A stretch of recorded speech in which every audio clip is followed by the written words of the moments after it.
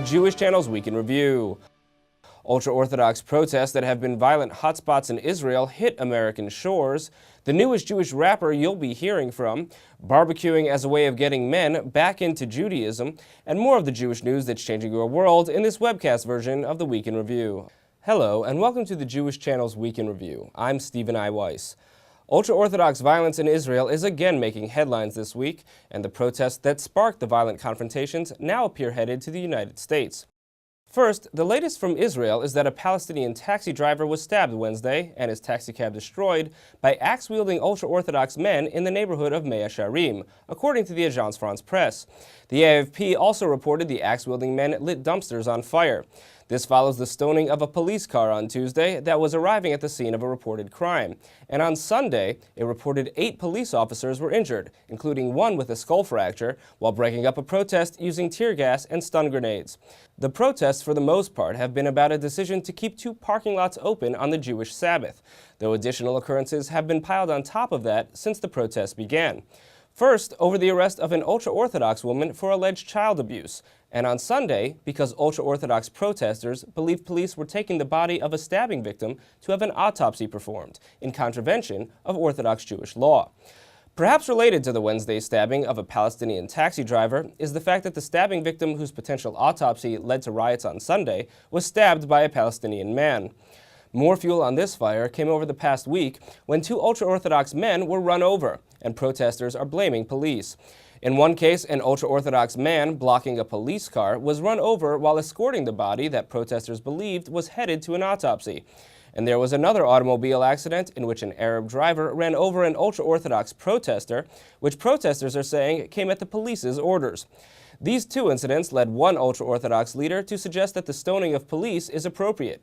Shmuel Poppenheim of the Eda Haredis told the Jerusalem Post, "Why shouldn't we stone them after the way they have treated us?" And for what seems to be the first time, ultra-Orthodox protests on these issues are now taking place in the United States. A protest was held at the United Nations on Wednesday, and Margie Rauhat was there. Here, in front of the Israeli consulate, hundreds of ultra-Orthodox Jews have gathered to protest what they're calling police brutality against ultra-Orthodox Jews in Israel. The protesters we spoke to believe that the ultra-Orthodox are being pushed out of Israel in order to make it a secular state, and believe recent events are proof that the government is already denying them basic human rights. Just like they respect the rights of the Muslims, the Arabs, we are also entitled to our civil rights, to our human rights, and to our dignity to live as Orthodox Jews. And these rights have been deprived. One protester took this sentiment even further and compared the Israeli government to Hitler's regime. And those Zionists, it's a guilt they have that we are Orthodox and they're not, so wherever they can disturb us, give us a hard time, that's what they're trying to do. And now they dealing with us like the Nazis, even worse did in the 40s. So we have to do our best we can to stop it. They're even worse than the Nazis. In a way, yes. Because the Nazis only killed you, and they're trying to take away our religious too. We've got more from the protest in the broadcast version of the Week in Review. Thank you, Margie. Of course, gatherings of all kinds take place in the Jewish community, and most aren't protests or violent. So how about a barbecue on a Manhattan rooftop in the beautiful evenings of early September? Rebecca Honig-Friedman found a temple offering just that. Outdoor space can be hard to come by in Manhattan, but here on the roof of Temple Sha'arei Tefillah on the Upper East Side, congregants are saying goodbye to summer with a community-organized barbecue. What is your favorite thing about the summer? That you get to meet all your family and friends a lot. Yeah, so. One last hurrah with family and friends was the goal of Sha'arei Tefillah's end-of-summer rooftop barbecue this week. But to see how this event is actually about re-establishing a place for men within this Reform congregation, tune into the full broadcast version of the Week in Review. Thank you, Rebecca. Innovations in the Jewish music scene have brought all manner of new artists to light. In TJC newscasts, you've met Wylove, D-Scribe, and Wailing Wall, to name a few. There's a new guy out there pushing something he calls punk klezmer rap and calls himself Eprhyme. Here is Christian Eden's report. Punk, klezmer, and rap music all came together for a party recently when a new music video featuring Jewish MC Eden Eprhyme Pearlstein hit the web. The video, Punk Klezmer Rap, is the second song off Ephryme's debut album, Wayward Wonderwall, which had its release party last week at Drum. Eprhyme performed at the event, thrown by music website Shemspeed, where TJC got the lowdown on the video's production from those who were in it. We filmed for about 10 hours straight in a steaming hot basement, and really the concept and the theme of the video was really I just wanted to recreate like a basement party like we used to have in Olympia, Washington, where there's a lot of punk rock, a lot of DIY, independent culture. To see more of the video, the party, and the artists, check out the broadcast version of the Week in Review. Thank you, Christian. Finally, a few shorter items making the rounds this week. First, while private individuals' violent actions caused many to be willfully silent when it came to publishing some cartoons of Muhammad from a Dutch newspaper, the Dutch government is now intervening against an Arab group for a cartoon questioning the Holocaust. The cartoon, which portrays two men conspiring to falsify a total 6 million victims, was published by a Dutch branch of the Arab European League on its website.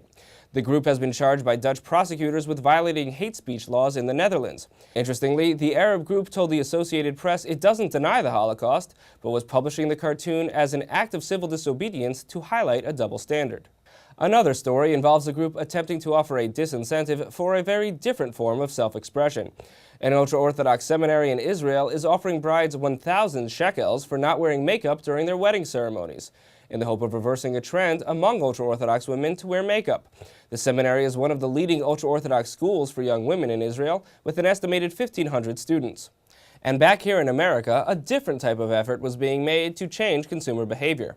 While recent efforts to boycott Trader Joe's for its sale of Israeli products seem to have been unsuccessful, and perhaps led to a bump in sales from pro-Israel purchasers doing their version of a counter-protest, a video of one group's anti-Israel vandalism at a Trader Joe's in San Francisco was brought to light by the blog Jewlicious.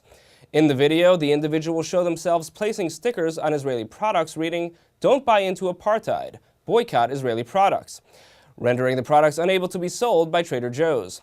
Here are some more clips from that video. Can I help you guys with something? Well, yeah, we are making something that needs a lot of room. Oh, yeah, okay.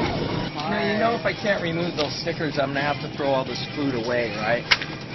And what a shame to have to waste all this food. Yeah, it would be a shame. It's also a shame to, like, fly stuff 8,000 miles away from settlements in Israel.